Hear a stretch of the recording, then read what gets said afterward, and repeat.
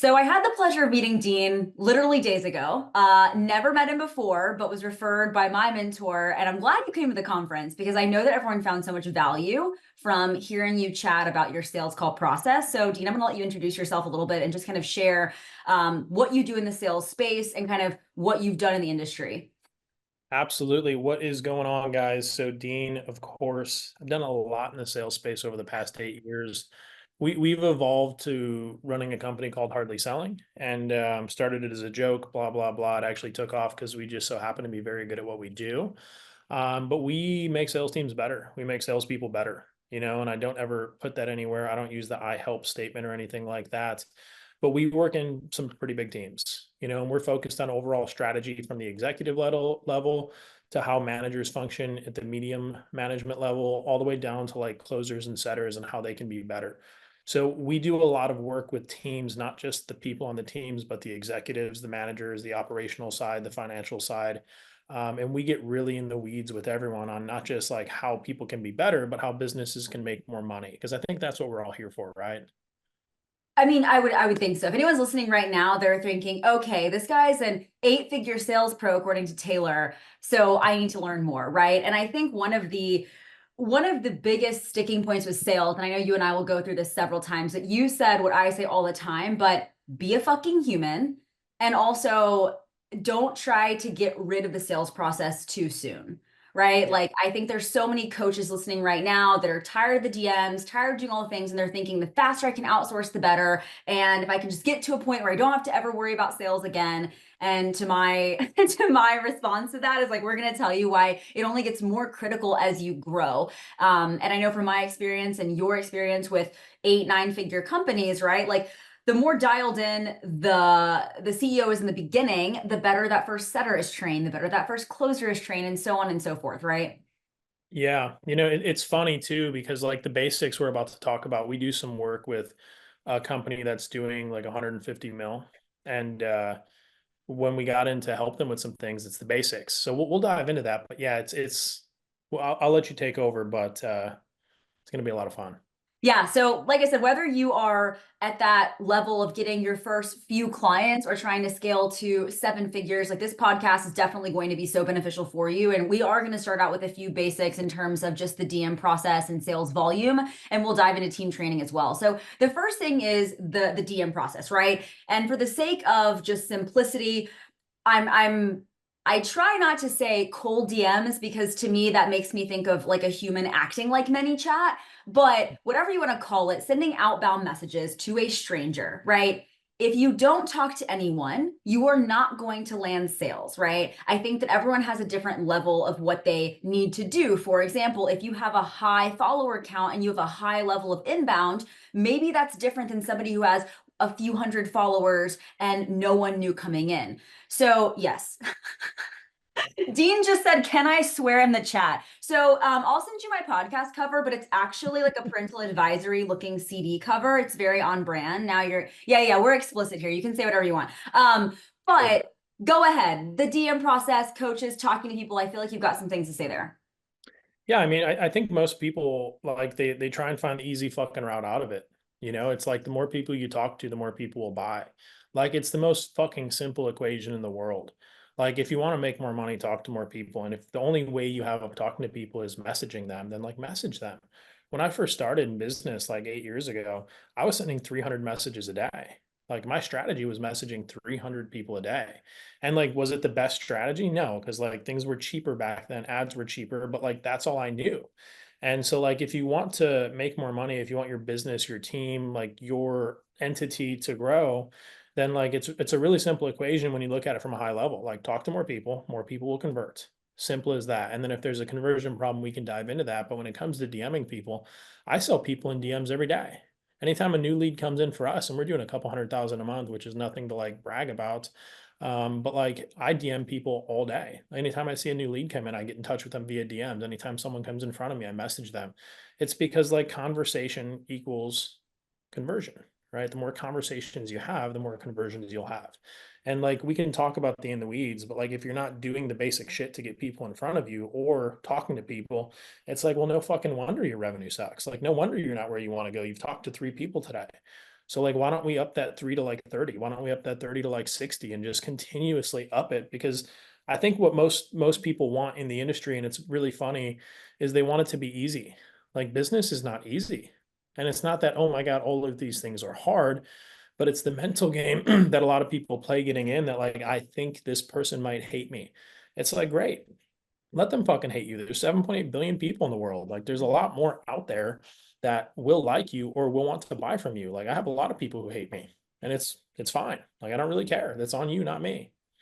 And there's a few problems that I see with like the DM process. And I know we're going to dive into sales calls and all those things, but I'm bringing this up first because for those of you that are frustrated wherever you're at in business, and you're, whether you have a setter or not, and you're thinking, I need more calls on the calendar, do a simple, just like reverse engineering of your KPIs, right? How many leads are you bringing in per month?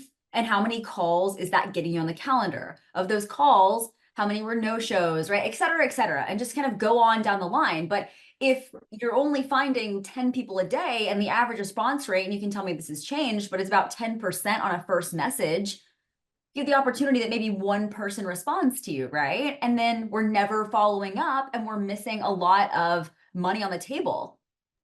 You know, we actually used to run a company that worked with Fit Pros and helping, kind of similar to what you do. We got I don't want to say bored with it, but like there was just a lot of things that had to shut it down, you know. But what we did for every single client is we would look at their metrics, reverse engineer it, and give them an exact number on how many people they needed to talk to in order to hit their goals.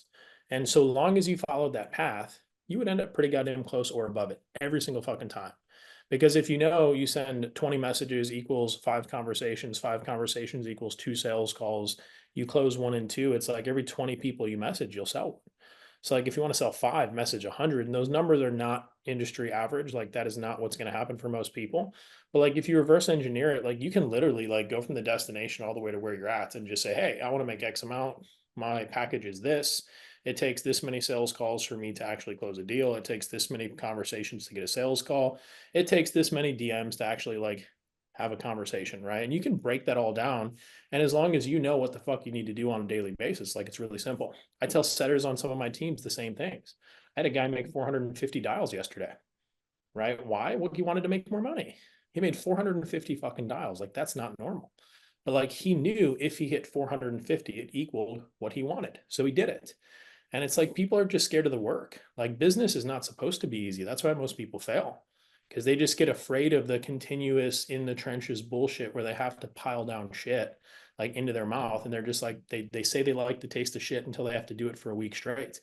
And then it starts to get nasty. It's like you have to start liking it, right? You have to start liking being in the trenches, because the fun part of it, it's 1% of your journey. Like you have to enjoy the fucked up grind, you know, and I don't think people really understand that.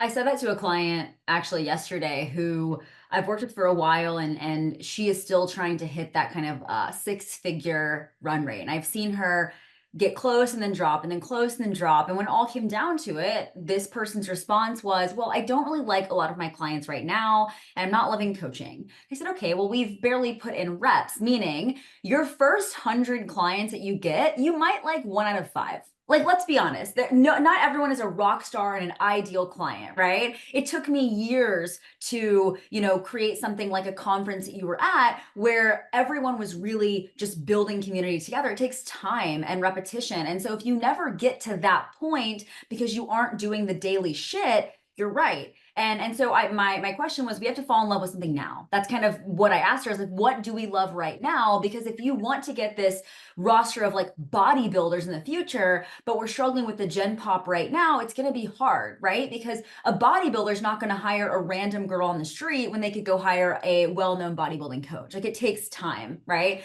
And so my question for you, and I know that you and I are similar in the sense that I'm going to do whatever it takes. You're going to do whatever it takes. There's not emotion attached to this, but for the person who's listening that's really been doing the work and is struggling with consistency. Maybe they go for 30 days straight and then fall off for a week or whatever. Like, how do you coach them to just keep going through the monotonous bullshit? Well, they have to be driven towards something, right? So like when you're eating shit, like enduring pain, enduring suffering, enduring bullshit, like you have to be driven towards something, because no one wants to be in pain for no reason. Like there's some sick fucks out there, and we might be some of them, But like there are some sick fucks that like it, but for most people, like they need to see like, hey, if I do this, I get that. Right. And even though the getting of that isn't that exciting, it's never really as cool as we think it's going to be. But if there's something we're chasing, like it helps, right? Working your metrics backward, but also like, why are you doing this? I gave a speech at my conference a couple weeks back, actually a week before yours. And I think most people are liars about what they actually want. And I think a lot of people listening Totally to this, agree. it's like you say you want one thing, but it's because you saw so and so posted on Instagram. Like you don't want a Lambo, you don't want the big house. Like there's things that you actually want. Like if you're struggling with the doing of the thing and the consistency of the thing over time, it's because you don't actually know what you want. Right? Like I know exactly what I want. I'll wake up at 3 a.m. I'll wake up at 1. I won't even sleep. I'll do whatever's necessary because that thing means so fucking much to me. Right. But now if I was chasing just a number or a car or a house or like something that was flat, like that doesn't mean anything to me. So there has to be like an emotional reason behind the thing that you want, that every time you feel the urge to slip up, suck, not do it, it's like that thing has to be in front of you. It has to be your North Star, your guiding principle toward doing the shit. It's why a lot of us go to the gym and train so hard. It's because like we've seen someone's physique that we see something on that we want. We train certain body parts because we've seen this person look this way and we want to look that way. We're like, yeah, we want to be our best. But like, let's be fucking real. We've seen someone that looks the way we want to look in a certain way, and that's why we train the way we do. Like we're chasing something, right? Even though most of us will never get there, that's okay. It gives us an actual direction. And if you don't have that direction, desire, the want, the desire, or the want, the need, the feel for it, like it's really hard to want to do it. So like for a lot of you that are falling off, like go back to why you want to do this. Like I promise you, it's a little bit different than you think it is. Unfollow all the big mentors you follow, unfollow all the people that post flashy shit, and just sit with yourself for a little bit and like, what is it that I actually want? What is it that is actually important to me? And for That's me, uncomfortable, you know? yeah, like it's my wife and my son. I want them taken care of. I want to spend a lot of time with them. So I know if I pay my new house off in 2 years, I could tell every single one of my clients that I don't want to do this at any point, or that I want to take a week off. I don't care if you pay me or not. That gives me what I want because I want to spend time with them, right? That's a driving force. I will work 24 hours a day to make that happen. Yes, it's a financial goal, but there's a meaning behind it, right? There's a huge like emotional tie that like I like my son, I like my wife, I love them both. So like I'll do whatever. So like find what it is that your driving force is, because I promise you like the 10K months or whatever you saw or heard somewhere, it's not actually that, right? It's what does that give you? What does that do for you? What does that actually supply you in life? And if you don't have it, right, you're gonna go like this because you're gonna see something cool and some momentum and you're gonna be like, oh my God, life is cool. Yeah, And then it gets hard and it's like, well, I don't really care that much. Like I can do it next month. It's kind of like fitness goals. I'll start it Monday or I'll start it New Year. It's like, no, the fuck you won't. You right. absolutely won't. Yep. And I think for a lot of the coaches listening to this, that 10K month is that shiny object, right? That's what they're wanting. And I actually just recorded a podcast on this topic. It's not out yet, but how that 10K month is really like when everything begins, right? Like that's when you've solidified, okay, I've got a concept. And then 7 figures is kind of like that next mark where you're like, all right, I built something. Now what? And so you don't reach the goal, whatever that is in your head, and then it's easy, right? And I think a lot of people have this thought. I know we talked about this at the conference too, of like, I don't want to build a 7 figure business because they think that that looks like something or too much work or whatever it is in your head. And in reality, you're not focusing on what you want, because if you want the things that you're saying, to get out of debt, more time with family, less work, whatever it is, right? Those things all lead to 7 figure business. That's not going to happen as a small lifestyle business. And so if you do not figure out your sales problem and dilemma, you can't run a business. And so the people that are saying like, DMing is so scammy, I've had people not hire me before because they're like, you teach DMs and that's not for me. I just want to attract people. You're not attractive enough yet. Get more attractive with your shit, right? Everyone, dude, I've had people say that too. And it's like, it's the same thing. It's like, you don't have anything to be attracted about. Like, you might be a good looking human, but like, why would people follow you? It's like, fucking make every excuse you want. You can do it all want. Like, every excuse you make is the reason you're not fucking winning. That's why you're not where you want to Well, be. you've seen the coaches on the internet that are like claiming they're making 5 to 10 million a month organically without DMing. Have you seen this? I'm going to send you some people. I have, and truth be told, like I've been inside a lot of the businesses that are better than them, and they're not doing that without DMing. Like, yeah, maybe they have some sort of lead source and they're texting, they're calling. They might say, I'm not DMing, but what the fuck are they putting behind actual traffic? Like, are they getting lead sources? Are they having people buy low ticket offers? I mean, I was inside a fitness company that literally has leads sent to them from every other part of the industry. And then they have a BDR team that goes and calls them to see if they want fitness help. Are they DMing anyone? No, but that company's doing 10 million a month. You know how many dials those motherfuckers make? Like, it's disgusting. So it's like they're gonna show you what they want to show you. But keep in mind that like they're always going to attack and target the thing that you're most afraid of. And you're Yeah. going to be like, yes, I don't want to do that either. But it's like when you get in it, you have to. Like I started in business, I was working from 8 a.m. until fucking 10 p.m. every day, like every Well, day. don't tell me that. Now I don't want to listen to you anymore. I'm just kidding. That's like, dude, that's what it took. Like, I don't care. Like, Well, I don't have the beautiful dream where it's like I worked 6 hours a day. I'm on non fucking stop. Right. And that's just the reality. again, and I've also had people that have not wanted to work with me due to how much I do work, right? But again, my vision is so much stronger than that person who said that, because I will argue this until the day that I die. If your vision is really strong and you really want that thing, nothing else is more important than it. Mhm. And I don't feel tired working what I work. Don't get me wrong, I take days off. Like I want everyone listening to this to know that like I take days off. I get 8 or 9 hours of sleep every night. Adrenals are in check. Okay, I've dealt with all that bullshit. But my point is, I'm ruthless in my pursuit, and I think a lot of coaches are trying to create that 9 to 5 work-life balance schedule whenever something is broken in their business, when they need to put everything in and fix the fuck out of it. Yeah, I mean, it's hilarious. Like I probably work, I don't know how much you work. We work a lot. I still train. I still spend time with my wife. I still spend 70 time. hours a week, probably. I don't fucking know. I don't track it. I'm For me, just, that's oh, about what I'm working. yeah, it's a lot, right? But there's still time to do other things. It's like, dude, stop being lazy in every area of your life.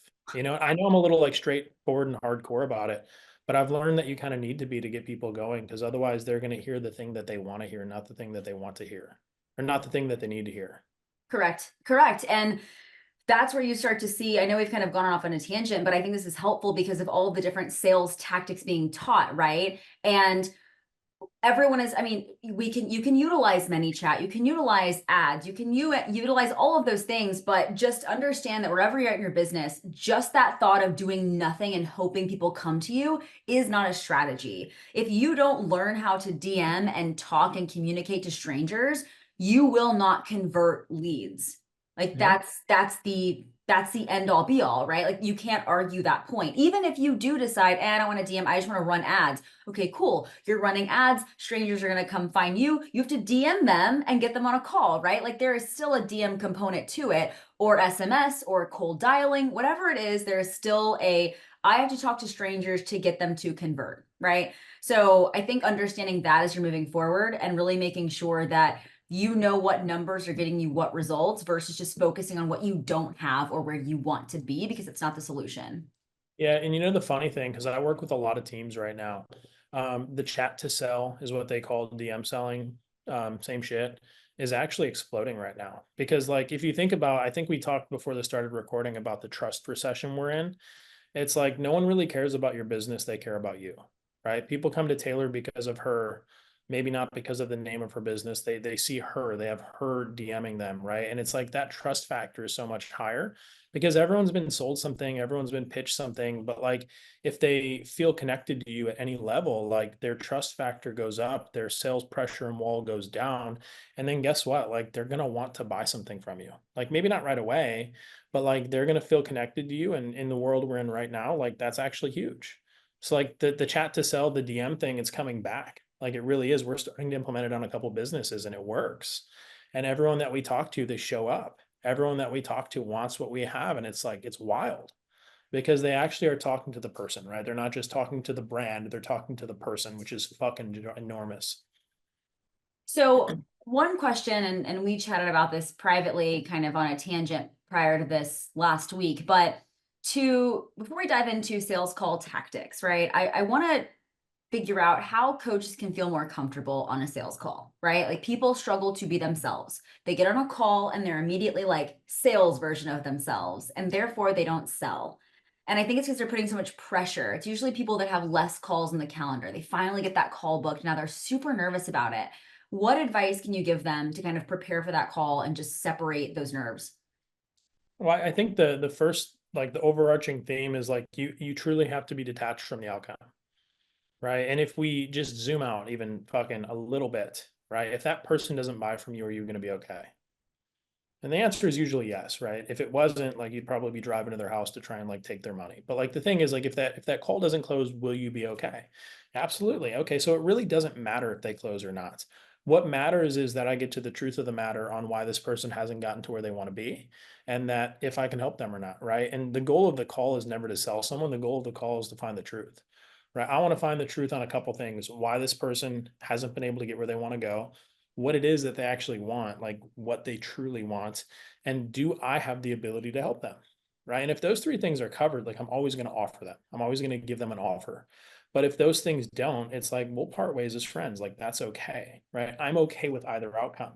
And so, like, if you're getting into calls and you're going into like sales frame Dean or sales frame Taylor, like, it's because you're so attached to the outcome. Like, I worked with a team for a while and they used to keep $1,000 in front of them. Like, they used to keep $1,000 in front of them just to remind themselves that they didn't need this call. They didn't need this close, right? No matter what happened, they would be okay. And then it would keep them like a little bit detached from the outcome and more so attached to the conversation and the person. And like, if you can keep that in mind going into the call, like, it's just a conversation, right? It's just a conversation. Like, I don't need to sell this person. They don't need to buy from me. But what I need to find out is why has whatever you tried not worked? What is it that you want? And can I actually help you? And if those things are yes, then like, hey man, like, I think we can definitely do something here. It's X, Y, and Z. Do we want to do it? Right. And more times than not, like, because you take that frame, they feel a little bit more comfortable, you feel better. And then what happens is you have happy fucking clients because you're not like forcing someone to purchase, but also like they feel it, which is the biggest thing. People can tell if you're nervous, right? Unless you are really good or have had time on camera or something like that. But like you're right that detaching the outcome, and I think that's easier said than done because I know a lot of coaches that are hearing this right now. That's the difference between them getting able to put in their 2 weeks notice or paying off debt or staying in the coaching container or whatever it is. Like, they're really investing like every bit that they have into their business, and I don't just mean investing like money, I mean like time as well, right? Like, they're limited. And so I think it can be challenging, but yes, you mentioned several strategies, and figuring out like if you can't overcome like those mindset moments, those spirals, those mini panics, like it's going to be really fucking hard as you keep growing your business. Yeah, it's always going to work out too. Like, look at what's happening in North Carolina. Like, people's entire fucking houses and homes and villages were wiped out. So like, it's always going to be okay. You know what I mean? Like, if for some reason you have to delay quitting your job another 2 weeks, like, it's really not that bad. It's not that big of a problem. And if you adopt that mindset, but not just adopt it, but can truly eternalize it, like, it becomes way less pressure for you, which lets you be who you need to be. But then also, like, it gets more fun. Like, that's what we're doing this for. Like, you can make a bunch of money and like you think it'll change everything, but ultimately once you start making it, you start to realize it's about enjoying it, right? And it's everything always seems to work out. Always. I'm dealing with some shit right now, just with a new house and stuff, and it's stressful as fuck, but like, I'm cool as a cucumber because like it's gonna work out. It's gonna be fine because it is what it is. Like, can I really change the outcome? No, but like, am I doing the things to make it happen? Yeah. So like, at the end of the day, can I put my head on the pillow and say I've done everything in my power to get XYZ done? And if I answer it yes, then yes, regardless of the outcome, like, we're gonna be fine. So like, kind of a little bit of reality check that like, if we're dealing with that, like, we have first world fucking problems, you know? And I hate to like go that deep, but like, it kind of is, because like, we think like, oh my God, the world's going to end if I don't fucking quit my job in 2 weeks or I don't do this. It's like, it's really not. You're going to be okay. And in 12 months, you're not going to fucking remember it happened. So like, don't worry about it. Like, let yourself have your little mini freak out panic moment, but just get right back on it, because in 5 days, you probably won't even remember it either, because you'll be right back on the horse. I agree. And then in 5 days, there's a new problem, right? Like, that's like, or multiple new problems, right? Depending on where your business is at. Can you give me a few tips? I'm not going to go through the full sales call process with you, but can you give me a few tips on like the discovery and just setting up the call, and what that looks like? Again, Yes. assuming this person has had rapport in the DMs for a little bit of time. Yeah, I mean, you really want to get an understanding of their destination, aka what is it that they want, right? And we're talking about fitness for the most part. It's like, what's the goal? And then there's an analogy that I use, and I've used for years in fitness. It's the WWWAT analogy, Why a firm tie down? And a good example of this, I would ask Taylor her goal. She would tell me, I want to lose 30 pounds. Why is 30 pounds important to you? She's going to say, oh, because it makes me feel better. Well, why do we want to feel better? And it lets you go a couple layers deeper. Okay, so if I could help you lose 30 pounds, feel better on the beach, have lower blood pressure, would it be worth actually doing something? And she says, yes. Okay, so boom, right there, I've gotten from goal 2 levels deeper. I've affirmed this would help, but I've also tied her down to take action. So, like in the discovery, it's all about really diving deep into goal state, but past goal state, like having them commit themselves to the goal, having them commit themselves to action toward the goal. And not the more you can do that exact framework, but the deeper you can go in discovery into what they want, what they've tried, why it hasn't worked, all those types of things, it gets you closer to the truth. And you'll notice in discovery, especially when you're selling anything health related, because I had a health business I was working with that we were doing 5 million a month, right? It was unreal. We are selling 700 people a month. But when you listen to calls or when you're on a call and you hear someone's voice change, their tone of voice change, their voice crack when you hit a certain level, you'll know you've gotten to the real reason why they're on that call. And if you ever get there in discovery, you know it's smooth sailing from there, right? Because you actually know what they're looking to accomplish. Because the fact of the matter is, unless you're in bodybuilding, and even then for some too, most people have a real emotional reason why they want something. Like they're hung up, they're upset, they're not comfortable in their own skin, something with their wife, they're like, there's some emotional reason. And when you get to that, you sell on that fucking thing. Because then when you celebrate the win with them, it's not so much about the number, it's not the scale, it's not what they look like, it's about that thing. And because you've hit that thing, you've now gotten yourself a lifetime fucking client, which is huge. Agreed. Agreed. I think that I know you mentioned focusing on the outcome, but I think we get so tripped up sometimes in like the sales process, like the scripting. We're like, okay, it's time for discovery, and then it's time for, you know what I mean? Like, because I think anyone listening to this probably has had a script, they've heard a podcast, they've listened to a sales guru, whatever. And we get so tripped up on the technical that we really do just forget why the fuck we're on the call. Like, you're talking to a human who wants help or they wouldn't be there. That's also a good reminder. Mhm. I mean, I think people want to say yes if they're on a call with you.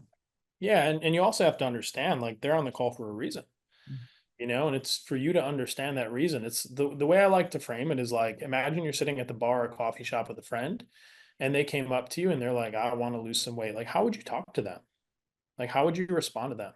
Like, if it was your mom, how would you talk to her? Right. And not that that's like a great analogy, your mom, but a friend, a colleague, someone you're close with. If you can have that type of conversation and get comfortable asking questions that you would to your friend, your mom, your brother, your sister, whatever it is, like people will feel it too. Right. And then the call just becomes really easy because even if you skip around or you miss parts of the process, like they're going to feel your authenticity. And that is what's going to win them over. Yep, I agree. So I know this is everyone's favorite topic and my least favorite, but handling objections, right? I'm going to give you a few common ones and what to do ahead of time, or like what I want you to share what they should do ahead of time or on the call in the moment. So, biggest one that I feel like most of us are dealing with or here is, of course, the partner, husband, whoever that needs to be involved in the decision. Mhm. So, what would you advise doing in the moment, or would you advise figuring that out before the sales call? Yeah, I mean, there's 2 ways and both ways work, and I use both, right? So I always like to poke holes in any objection, right? And so like if you came on a call with me and you were like, my husband doesn't like he's not sure if this makes sense. I need to talk to him. I'd probably ask, well, what do you think he would say? Just like really, really subtly. Because like I want to understand if she's just using it as a smokescreen, if she's just blowing smoke up my ass, like I want to know. So I'd ask, well, what do you think he would say? Does he know that you're on this call today? And I'm going to ask some probing questions because the reality is when someone's lying is they don't have a couple answers past it. They've thought of it on the spot. Right. And if like, yeah, he knows, yes, he wants you to do it. Yes, blah, blah, blah. I mean, like, do we really need his like permission or did he already give it to you? Well, he gave it to me. Okay, so then we're doing this, aren't we? Right. But what you can also do if that happens very, very often and you struggle there is like the beginning of the call, you can always just ask, I mean, we're going to be talking about your health. We're going to be talking about your goals. We're going to be talking about you committing to a certain regimen. Would it make sense to have your husband on, have your wife on, have your spouse on, have your boyfriend on? And they might say no. And I'm going to probe again. I'm going to be like, are you sure? Because I know they're involved in this because just as you're going to get what you want from this, they're probably also going to have to be a part of the process. So do you think that it might make sense to get them on just so they can be a part of it? and then what you're doing is you're just basically killing any type of objection later on in the call by tackling it there. And if they say no, he doesn't need to be on, I'm going to ask one more further question. Well, Taylor, I mean, if this does make sense and we're going to get some help here, do you need his permission, his condolence, whatever it is to like actually do this? And if you say no, it's like, well, full steam ahead. If you try and give me that later, I'm going to say, did something change in the past 30 minutes? You told me no earlier, right? People don't like to be liars. And when you bring something in front of them again, they're going to feel like, oh my God, like I don't want to be seen as a liar. I don't want to be seen as a certain way. So you can handle it at the end or in the beginning Okay. or both. Agreed. And that's something that I'll mention in the DMs, right? Because typically I'm getting on a call with somebody. We've been chatting for weeks, if not months, depending on where they're at. And so I already know, hey, by the way, I know your husband is involved. Make sure he's on the call. Pick a time that makes sense for him to be there too, right? Because I agree with you. Like you have to figure out if they're just saying that to say that or if that really is the case. Another one is I really want to, but XYZ, right? But later, but next month, but my wedding, but insert excuse. How do you overcome that time if somebody has affirmed that it is the right decision for them? Yeah, I'd probably ask, like, do you think your life's going to be this crazy for the next little bit?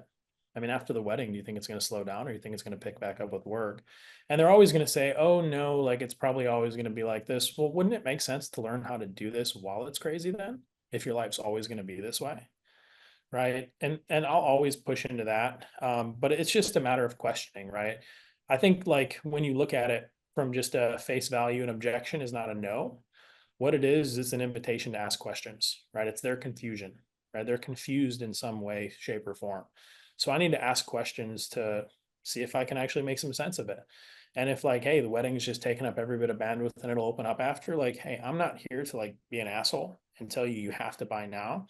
If it does make sense for you to push it off and like you fucking explain it to me perfectly and it's like I will be okay with that. I'm fine with that. But if you heard what I said earlier in the call, it's about finding the truth, right? The entire call is about finding the truth because most people just aren't truthful. They're afraid to say no, so they'll think of anything they can to not say no. So it's like, well, would it make sense to do this now and learn it while XYZ is happening, or because we know XYZ is going to continue happening? And so it's all about like the one or two steps past it. And most people fail in sales because they hear objection and they think it's a battle. It's like it's not a fucking battle, dude. Like it's a real concern, or it's they're scared, they're fearful. Like so talk about it, conquer it, get in front of it. Like show them that you have their back. And if you do all those things, it's like number one, you're putting yourself in a good position as a coach to have a great relationship. But number two, right, they know that you're going to challenge them through the process because you've already shown them that. So when you push them hard in training, when you push them to do something uncomfortable, it doesn't happen to be the first time. You've already done it and gotten them over the hump in the past. And I think that people worry about feeling too pushy to get the close, right? Like how hard should I push them? And what is your like answer to that? Because to your point, to me, the DMs, the sales call, that's a really good indicator of how you are as a coach. And so if you are lenient and you're not pushing them a little bit, to me, it's going to feel weird when you are pushing them as their coach. Yeah, do you actually care about them? Right? That's what I'll always push back is like, oh, I feel pushy. Well, do you care about them? Yeah, well, I mean, good shit doesn't happen in the comfort zone. Like it doesn't happen when they're comfortable.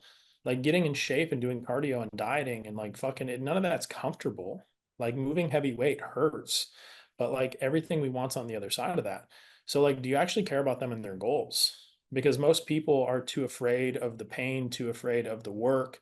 And so like you are there to literally show them the way. And when I work with bigger teams, I always tell people like you may take a bunch of these calls, you may talk to a ton of these people, but this is the one chance, the one opportunity they have with you to get XYZ result, to get whatever result it is they want. Right. So like even though you may be talking to DMing, taking sales calls with tons of people, they may be a number to you. You may be the person on the other line of the phone that changes their life. You have 100 shots, they have one. Right. So make sure you understand that going into it. This may be their one shot at a better life, a healthier life, a happier life. If you don't take that to heart and you just kind of like don't want to be pushy, you rob them the opportunity of whatever it is they want. And that's a heavy fucking burden to carry. And I think remembering that too, right? Like so many things in business, whether it's not wanting to get on our stories, not wanting to show your face, not doing DMs, etc. At the end of the day, you're in this business Sure, we of course like making money, but you're in this business because you like helping people. And that's all selling is, right? Selling isn't just making money. Yes, that's the outcome, but at the end of the day, like the people that are buying from you are getting great results, right? So, I think that reframe is really helpful. Yes. So I want to dive into team training. So those of you listening that are either looking for a setter, have a closer, have both, are thinking about what that looks like in the expansion of their business. So before I dive into actually hiring the person, can you tell me what you're looking for in a solopreneur if they're like, man, I'm ready, I want to hire a setter. I'm tired of the DMs, like I want to hire a setter. What are you looking at to kind of make sure that they're ready to have somebody on a sales team, to build a sales team? I mean, are you doing it out of necessity or are you doing it out of want? Right? And you can do it out of want, like if you have the revenue, but like it has to make sense because if you're going to go hire a setter or a closer, whatever it is, and you're only making $20,000 a month, it's like the person you're going to hire probably isn't going to be US based unless they want to work very part time. And if they work very part time, they're probably not going to be able to make as much money for you as you'd like. But you have to look at the back end metrics of does this actually make sense for me to do? Because understand that like you may pay 10, 15, 20% to whoever you hire. Would that actually be a wage that someone could live on, or will you have to go through the cycle of hiring and firing in your day? Like, are you doing it just because you don't want to like send DMs anymore, but you have a fuck ton of time? I mean, dude, we did, I think like 200 something thousand last month. I take sales calls, I shoot messages. It's just because I like it and I have the time, right? I don't think everyone needs one yet, but like take a look at your day. Are you capped in all areas? And if you are, like it will be an addition. It will absolutely be an addition. But hiring someone in that position doesn't mean that you can just kick your feet back and fucking chill. Like you still need to do what you've been doing. Because otherwise, what you do is you add someone in, you add an extra expense for what? For you to not make more money, not have more clients. It's like, so it has to make sense. It has to be an addition. Otherwise, you'll add someone in and it'll just pull away, suck away your business. And if they're not who they need to be, then your business might even go down. And truth be told, I've seen that more times than not. So like make sure that like you know what it is that you're doing and your tasks, your things don't stop. And that the individual you bring on top of is going to be an addition. They understand what needs to be done.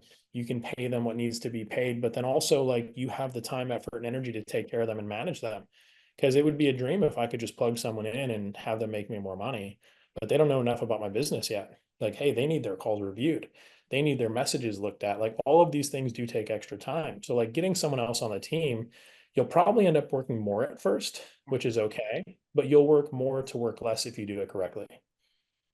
And that's a concept that I think so many entrepreneurs do not understand. They understand it if I explain it like that, but in my opinion, 20K is almost the minimum for bringing in a setter, right? And I still don't even know based on leads and things of that nature, right? Because I've met several coaches that have a $250,000 business, but it was all referral based, right? So bringing in a setter would be hard because they don't even know how to sell in their own DMs. There's no process. And so when we're bringing in a team member like a setter, which I would hire a setter first and a closer second, but bringing in a setter, they have to be a doppelganger of you. And that requires a lot of time with you. That requires a lot of training. That requires daily meetings, right? Like I know so many coaches that are like, oh, I meet with my setter once a week. Well, I wonder why they're not performing. Like, you know what I mean? It's not just get a setter and hope for the best. Like, and then managing a sales team is really fucking hard work, right? Because being a setter is grimy. It's not a job that people like to stay in, you know? I think the average time frame for a setter is like 8 months if you're lucky.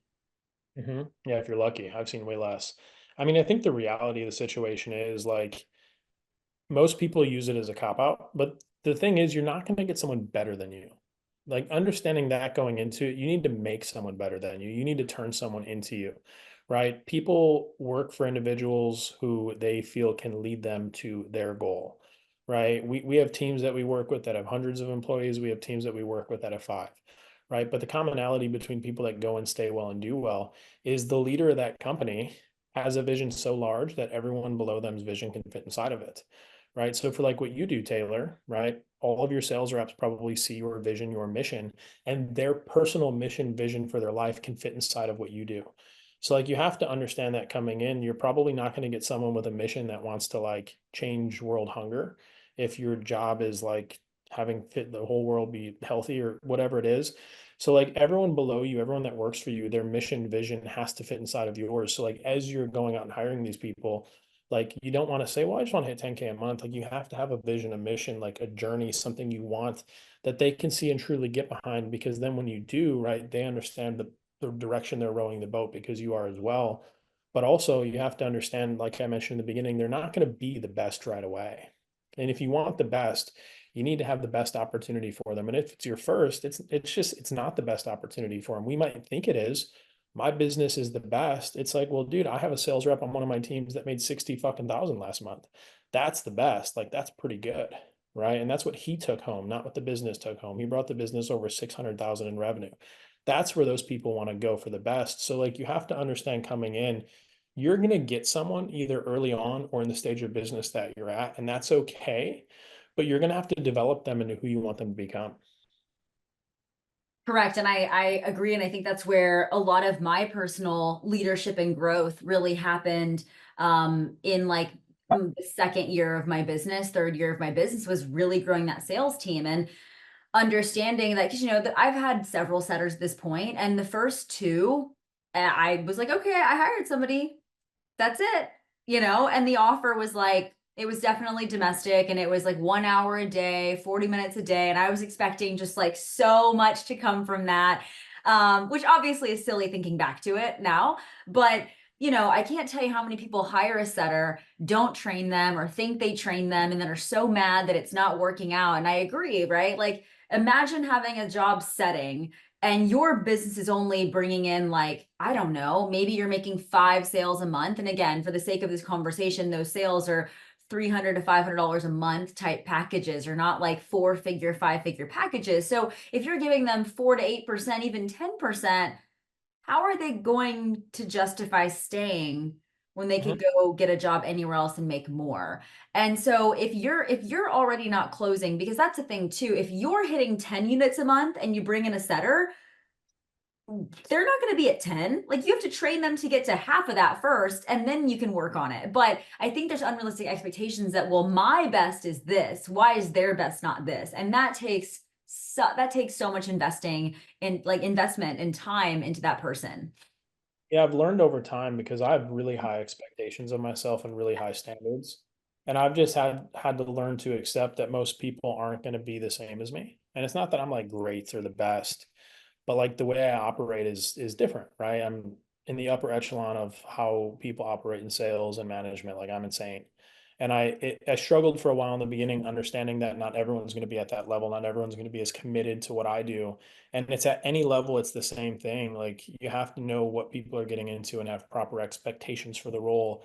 Otherwise, you're just going to be let down. And then you'll be back in the same place, maybe a little bit more annoyed and bothered, and then dealing with those fun problems we talk about in business that continuously just like to show up.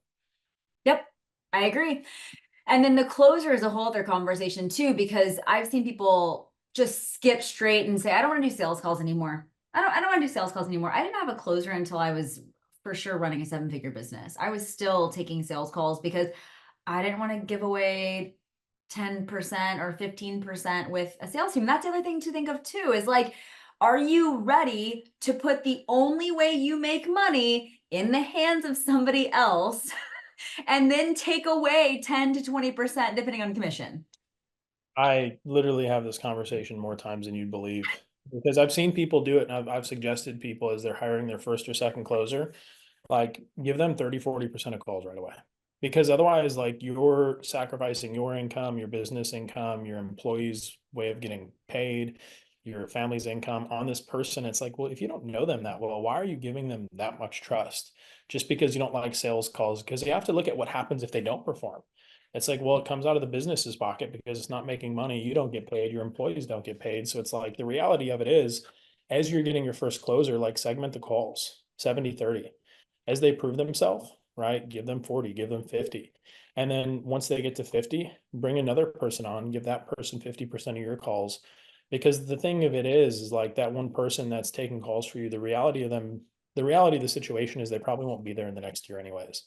Like people move on, like people, they have loyalty, but like in jobs and sales, when someone finds something better that they can make more money with, they also have a dream, a vision, a goal, a why. So like if they find something that brings them there faster, they're going to go to it, right? And it sucks to say, but like it does happen. So like split the calls right away. And then once it's 50-50 and they're doing well, bring on another one.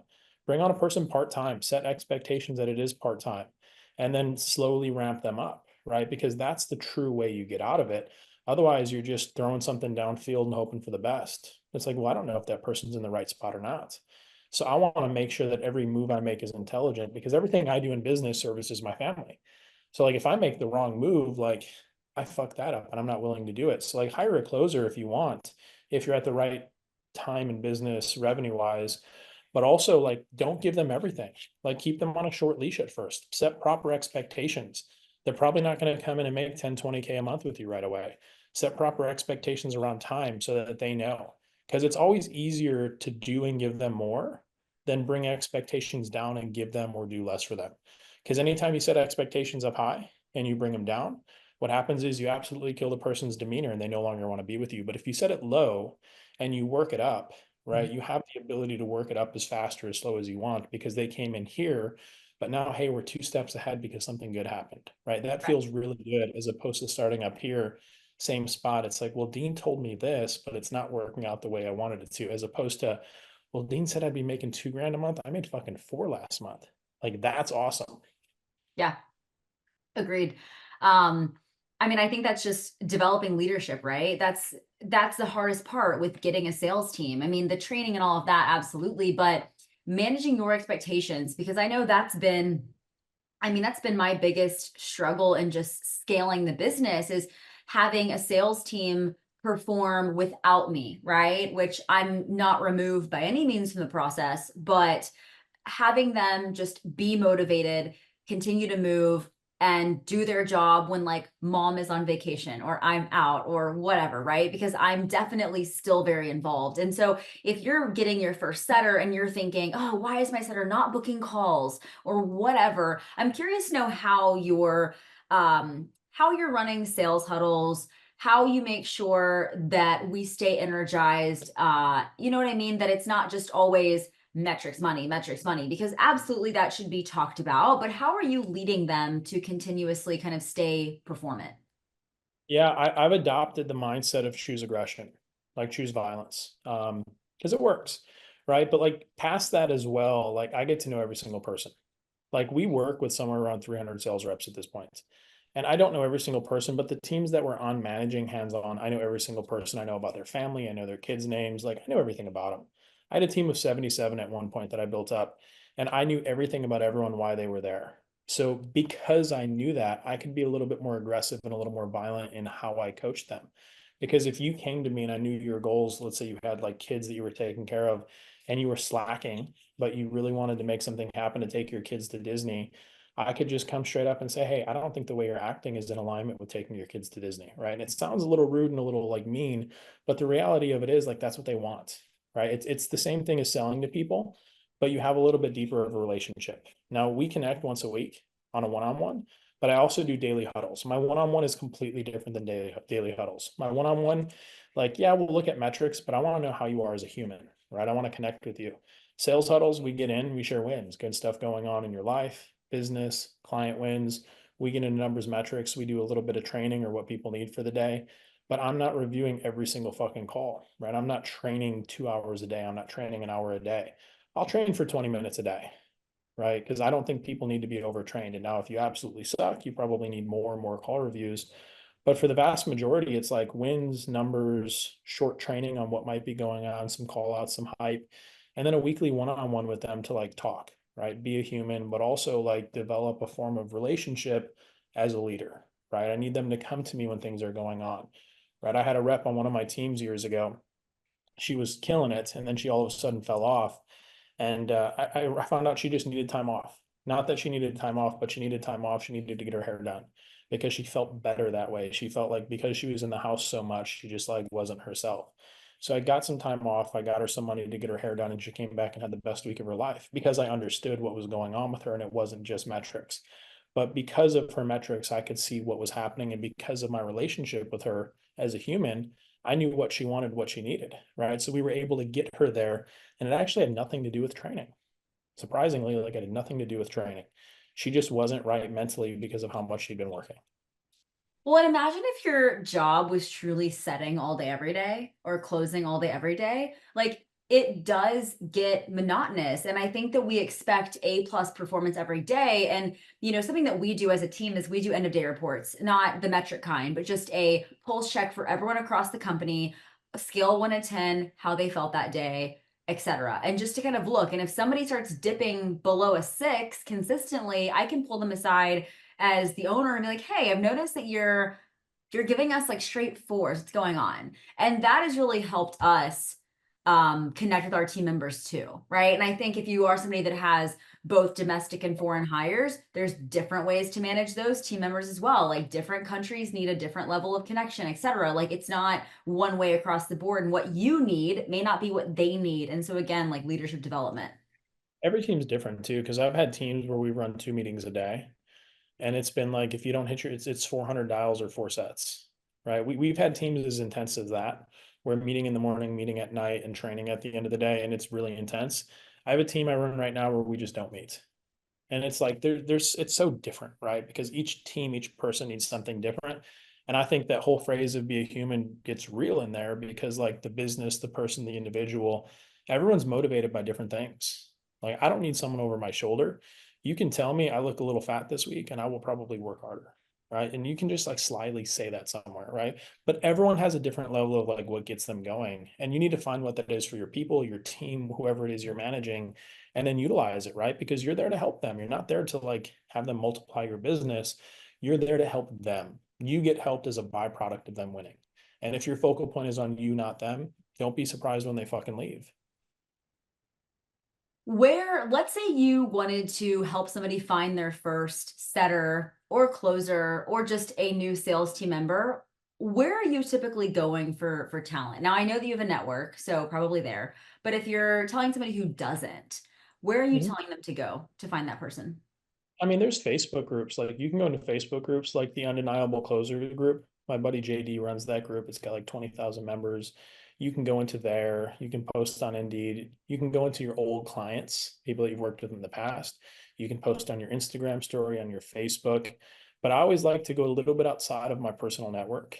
So, like my network in business is not my personal network, and I use that. But I used to go in Facebook groups all the time. Undeniable Closer. There's sales secrets. There's a bunch of different like sales groups. Keep in mind, there's going to be someone that wants to sell you recruiting in there. Don't buy it. There's always someone looking because there's people that have bought tons of sales training in the past that they're just looking for their first, second, third sales job or a new home. So I'll always go there first because it's free. It helps. And like you can see their profile, you can see who they've engaged with, you can see like who they're friends with, if they're a real person, what country they're from. So I'll always look there. Or if you have a big following, your stories, if you've been in business for a while, old clients, old email list is always a good one because if someone knows what you do, they're going to sell it better. But I'll go into one of those areas, but it's really person dependent. Like if you have a big list, hit your fucking list. If you don't, find Facebook groups, right? Get into the Facebook groups, talk to people. If you don't have any of those, it's like ask some friends, right? Ask someone in the sales world, fucking hit me up. I'll refer you over to some people. I don't want money for it. But like there's so many different options. It's just like you need to take that step out.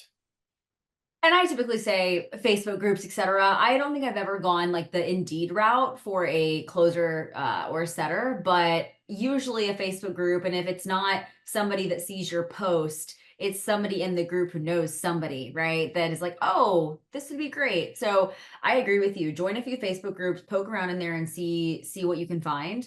But I wanted to know if you had any other thoughts. And then in terms of the follow-up, this is kind of off of what we're talking about, but the follow-up. So when somebody says, I'll buy later, or yes, but keep chatting, or payday next Friday, whatever it is, how do you keep following up with that person from a setter perspective and from a closer perspective? Yeah, so if you're the closer, like you need in fitness, especially like if they don't close on the first call, it's your chance drastically goes down. Doesn't mean it's not going to happen though, because I've closed a lot of fitness clients on follow-ups. You have to set a follow-up call. Like if they say, yeah, I'll pay next Friday, like saying, okay, I'll talk to you then, that shit's not going to work. Hey, yeah, that's okay. Like, why don't we pop something on the calendar for maybe like 10 a.m. that day, just to solidify and get this going? Would that be all right? And like if you get something on the calendar, you get them to accept it, like you've already given them their first level of commitment. They've committed to you, which is what we want. If they resist it, they don't actually want it. There's something else going on. So like set the follow-up. And every time you don't close someone, if it seems like it's close, like continuously set another time. Let's just set a connection point next Thursday. So I can check in, see how we're feeling, blah, blah, blah. Always have that next thing. Otherwise, they're going to forget about you, right? Because we think we're important to them. We're not. Like, we're just another person on the internet. Like, they don't care about us that much yet. So we need to make them. Now, from a setter perspective, like if you're acting in someone's profile that's not the influencer or the person that's like managing the team, like you can always shoot them a message and just say, hey Taylor, how'd your call go with Dean? Anything I can be helpful with, right? And then play that like good cop side, right? Because you weren't on that call, so you're just checking in to see how it went. Now, if you're acting as Dean and Dean is the one like running the company and you're in my profile, like I would probably leave it up to the closer or have them tell you exactly what to say. But it's always just to poke back. Like I'll go like people's Facebook fucking posts from like weeks ago before I have a call or 3 days after a call. Like I'll scroll down and just fuck with them because when it's some of your old shit that someone's liking. But it always like if someone does it to me, I'm like, oh, this fucking guy's looking at me. Right. I'll always do that because I want them to think about me. Before I have a call with someone, if it's a big call, I'll go down like a year on their Facebook and like some shit or comment on some shit, right? Because what it does, it puts it in their mind, right? Sales is a mind game, right? It's a game of energy, but also like if I'm deep in their mind and they're thinking about me, they're going to want to buy from me. I'll do that extra shit. I'll find them on LinkedIn. Like I'll do that all extra stuff because what happens on the call is important, but like the extra stuff outside of it just gives it a little bit more cushion, a little more excitement. Let me ask you this from a closer perspective. Let's say you have a fairly full calendar. Is that just something you're doing at the end of the day or a few days later? Are you keeping tabs of like, okay, I had calls with these people didn't close, but I know they were interested. Let me find them all on Facebook and do something like that. Like, is that kind of a strategy, or what's like your end of day task list as a closer? So I don't do an end of day task list. I do, there's three things I would do. Yeah. For one is I'll color code my calendar. If someone closes, it's green. If I'm following up with them, they're pink. If they're not qualified, I'll put them in yellow. And if they don't show up or they're a bad fit, I'll put red, just so I have it there. The next thing is like if you have a CRM, use that shit, right? Use the pipelines. Have hot follow-up, have long-term follow-up, put notes in there, go back into that every time you have a cancel or no show. But I think the most effective thing for most people is a first 10, next 10 list. Now, my business partner, Will, actually was the one that introduced me to this. And I'm like, wow, that's fucking easy. Whiteboard next to your computer, first 10 people you think are hottest to close, next 10 people that are hottest to close. And every time you look at it, go look at their stuff and message them or shoot them a text or call them. When you have a cancel and you have a no-show, like you're looking at the names. So like you're inevitably going to want to do something about it. And if you have them in front of you every day, like you're going to do the things to make them close unless you're just lazy and like kind of scared of the list. But put the names up there. If I have a call with Taeler and she's just like a really hot prospect and going to buy, I'm going to move her to the top of the list and move someone down Yeah. because I want to be reminded to follow up with her. I love it. I used to do, well, it wasn't called that, but when I first started my business, I didn't know what the hell DMing was. I was just, I got to talk to people, whatever. And I had just like this unofficial note in my notes app with like people I don't want to forget, and just like Instagram handles, right? Because I didn't have a tracker or CRM. I didn't know what the fuck a CRM was, right?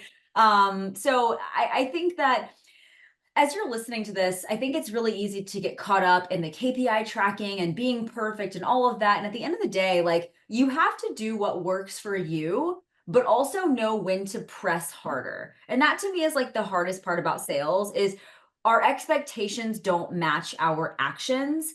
And because of that, we get frustrated, quit, right? And this is a skill that you only have to get better in, right? Similar to if you reach a fitness goal, you don't just quit eating protein, right? Mhm. Like you keep eating the protein and just keep adding on intensity. But anyway, I want you to kind of is there something I didn't ask you or anything you want to share for coaches listening just to give them kind of a kick in the ass and really rev up intensity?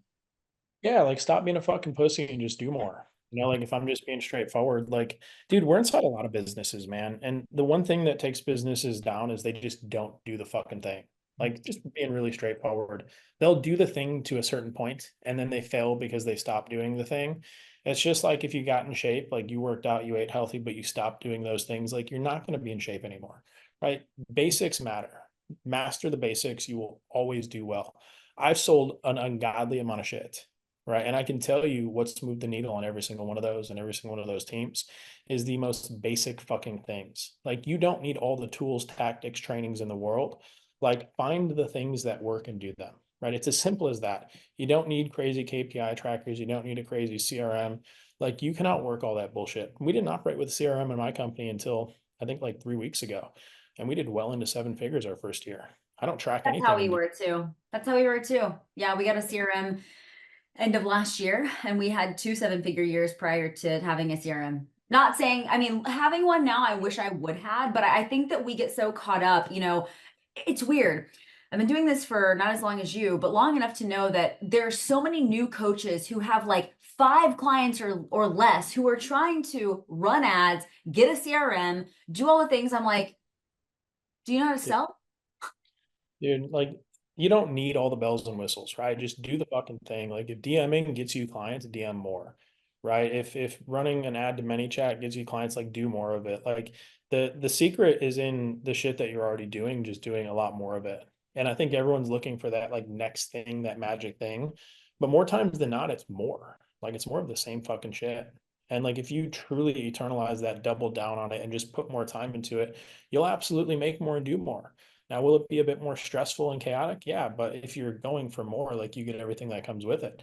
So like stop looking for the easy path, stop looking for the best path. Like look at your shit, find out what worked, what has worked. And if you need like a simple framework, look at the last 3 clients you signed up and just follow their path to the first time you talk to them. What did you do in order to talk to them the first time? And do all of those things continuously and more. And if you think you're doing enough, I promise you you're not. There's someone out there working harder than you. There's someone out there that if they get in front of the client that you want, they're probably going to sign them. So don't just outwork yourself, but like outwork your competition, right? Do more than them. Be willing to go a little bit further. Yes, take some time. Yes, take vacations. Yes, shut things off at a certain time. But when you're in, like throw your fucking phone to the side and message. Mute other apps and message. Like if you just work 8 hours a day, and I know a lot of us don't, but if you just do and you actually work the entire fucking time, you know how much shit you can get done? We find ourselves scrolling and dicking around. Like I work with closers and I tell them all the time, if you actually just worked the total 8 hours and didn't fuck around, didn't go for a walk, didn't like sit on your fucking phone in the bathroom or kick your feet up and do nothing. Like if you actually did work the entire 8 hours, you'd probably be 3 times further than you are right now. But you just waste so much time in the minute dumb shit that isn't actually helping you, aka doom scrolling, talking to people on the phone that don't matter, taking too long to cook a meal, having to go drive somewhere because your day's been stressful. Like just do more fucking work. And it's not that hard. And oftentimes the people that are saying, well, I'm working 10 hours a day, like you said, it's not productive. I think a lot of people don't know how to create a schedule that really puts them in their most productive window, right? Like I'm somebody that does not work from home very often. I'll be at home on heavy call days or podcast recording days, but otherwise I am out at a co-working space. I am at a coffee shop because I am way more productive than when I'm sitting in my home. That's just something that I know about myself. And for you, if you're finding yourself taking a little bit longer to get up, taking a stroll, doing the laundry midday, like you have to have more restraint than flexibility working from home. Mhm. And that's not always easy. And so same thing with sales. If you're waiting until the end of the day to get in the DMs, the end of the day to look at your sales metrics, whatever, if you put whatever is the biggest problem at the end of the day, it's never going to get better.